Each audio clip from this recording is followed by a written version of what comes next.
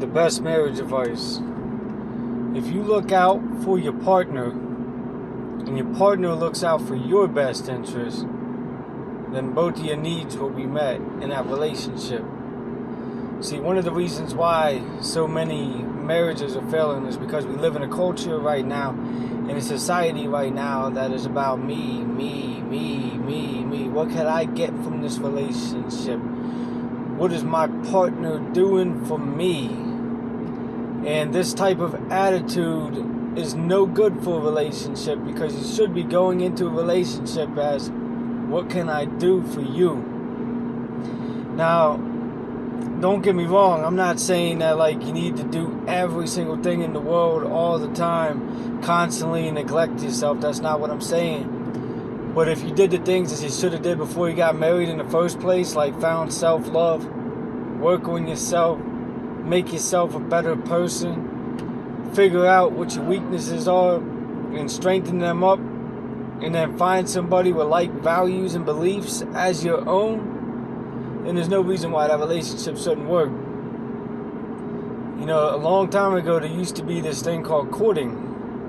And what they would do is a man would pursue a woman, and then they would get permission from the parents to get married. But before they did that, they would take the time to get to know one another. Not like just dating, but really taking the time to get to know one another without any intimacy. You know, they weren't having sex and all this stuff. They were just literally getting to know who each other is. See, a lot of times people think they know who the partner is until they get married and they move in together or whatever happens. And then they find out that they didn't take enough time to really figure out who that person was. And, I mean, sometimes they find out they don't even like the other person, you know. And they could have saved all the stress and the headaches and the fighting and the getting married and the divorce and the going through the court system simply by taking the time to get to know their partner. What do they believe? What do they do with their money? What do they do with their time? Are they wise with their spending? Do they like to go shopping all the time? Are they high maintenance? Are they somebody that just enjoys being around people? You know, what makes them feel loved in the first place? And are you able to offer that in a relationship? And if you're not, then it's not the right relationship for you to be in. It's as simple as that. But because everybody wants to rush into a relationship, and then right away relationships become about sex, and because of that, people aren't talking about the things that they need to be talking about, and then they find themselves in a marriage and they're like, wow, I can't believe that my partner was this way. I thought that you were different than that. It's not that they changed. You just finally figured out who they were. Don't rush into relationships. It's not worth it. It causes a lot of pain. It causes a lot of heartbreak. And then there's people that are sitting there right now till this day like, oh, I must not be good enough because none of my relationships worked out. Well, if you think that there's something that you need to work on with yourself, then actually do something about it.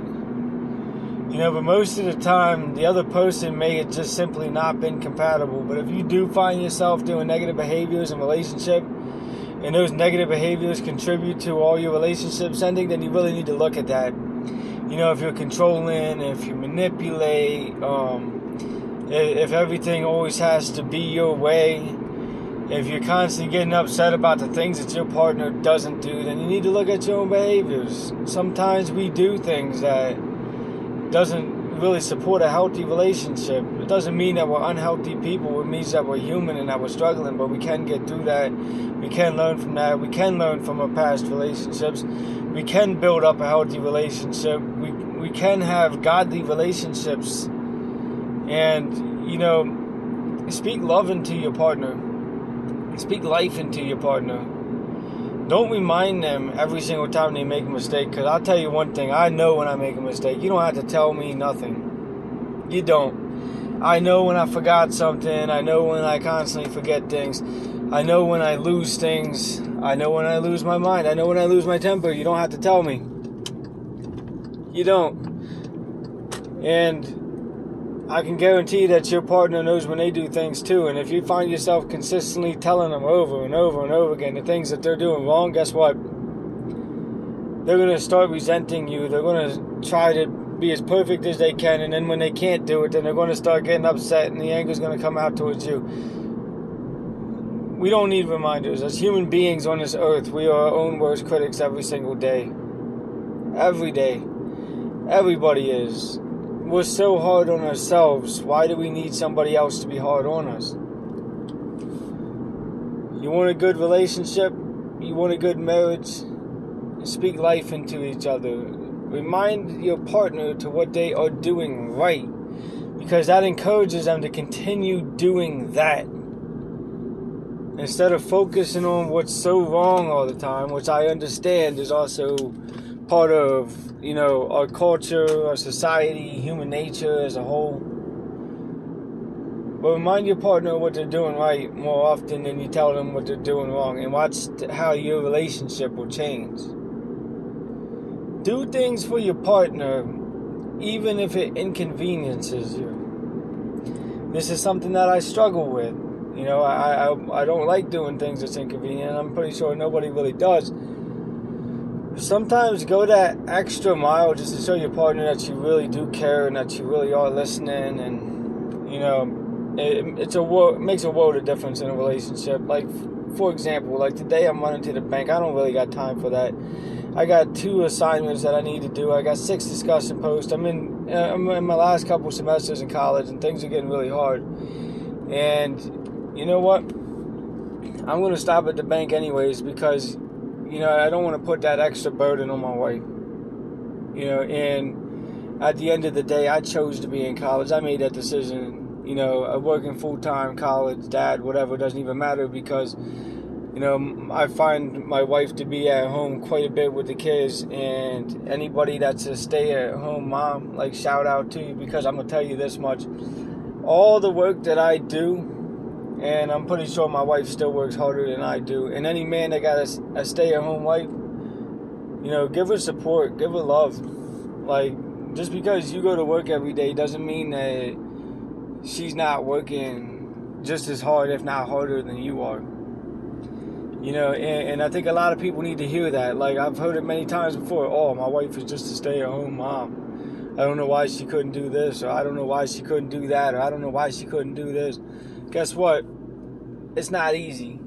Every time I'm with the kids by myself, I find out real quick how stressful it can get, how much it tests your patience, and it can be a very difficult thing. So, if that's the case, show her love.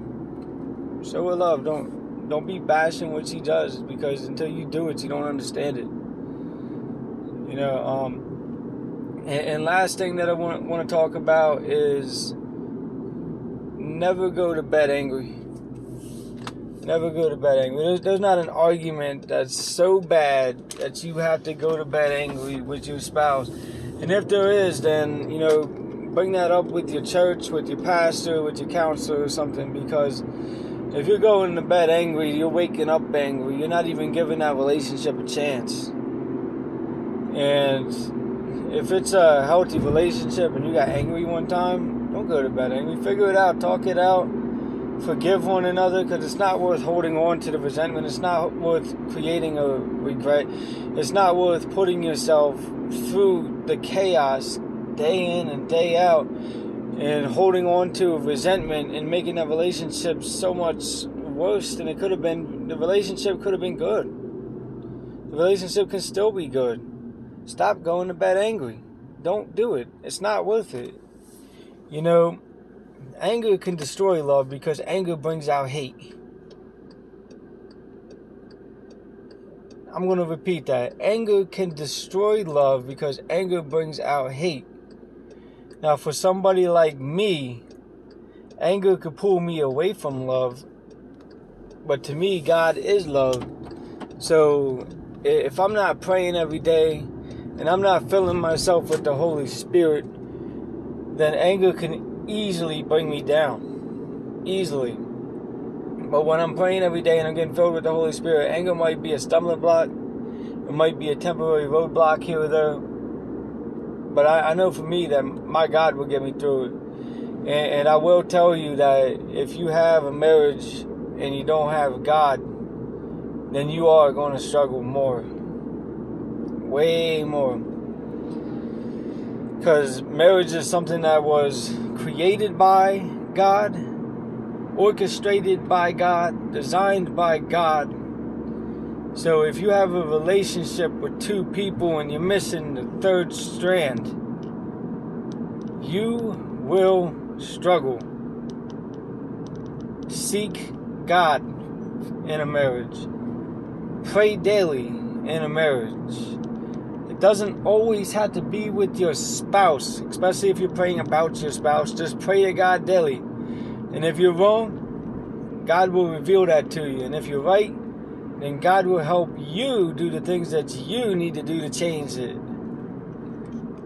Because there is things that you can do to change it. You know, it's not always about what your partner can do. Sometimes it's about what you need to do to change your relationship. Because you got more power over your relationship than you think. Just by the way you act. Just by the way you talk.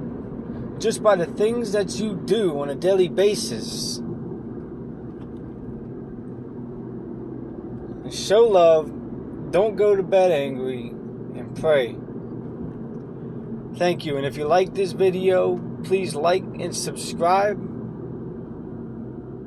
to my channel.